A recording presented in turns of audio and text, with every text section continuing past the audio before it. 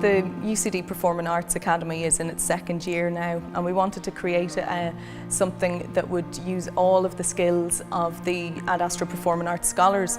So Yeats, because he had a vision of theatre as a meeting place for all the arts, seemed like a really good option for that.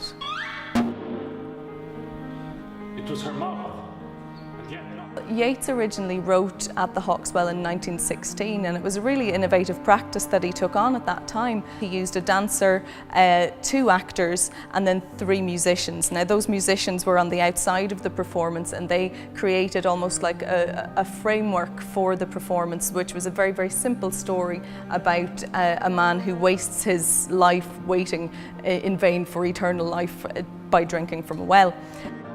It's a very stylised performance, so it's very challenging for the actor and for the musicians. But what was great was they were able to collaborate together.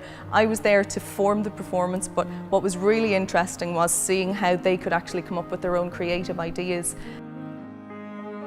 I suppose for the musicians, we were really looking at the text and what the actors were already doing and taking some inspiration from that. So if there were specific words such as, I don't know, shivering, we'd kind of try to create that effect with our instruments. There was a huge collaboration in terms of how we choreographed the dance, and how the percussion was a huge element of that.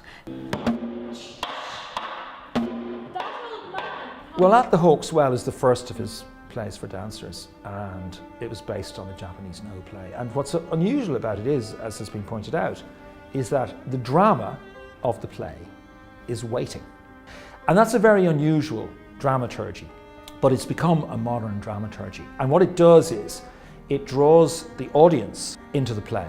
It lifted it from the page. I mean, reading Yeats is one thing and performing it is another, and watching it is certainly a different experience. So getting to watch other actors work, getting to watch musicians work, I think that's the way Yeats had intended it, and I think that's how it brought it to life.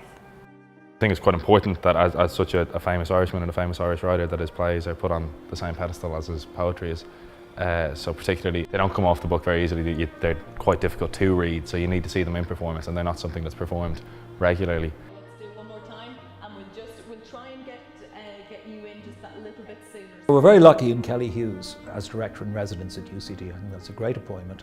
I think as well the development of the Ad Astra programme, in which I've been involved, has been very important to encourage students who want to act, and to acknowledge that academically, but to see it forward creatively as well. He's taken up the fire stick and something. Theatre and innovation means really actually questioning everything that you do. So I think that creates innovation, and hopefully for the performing arts scholars it becomes a way for them to become creative artists in their own right, who are innovators of the future.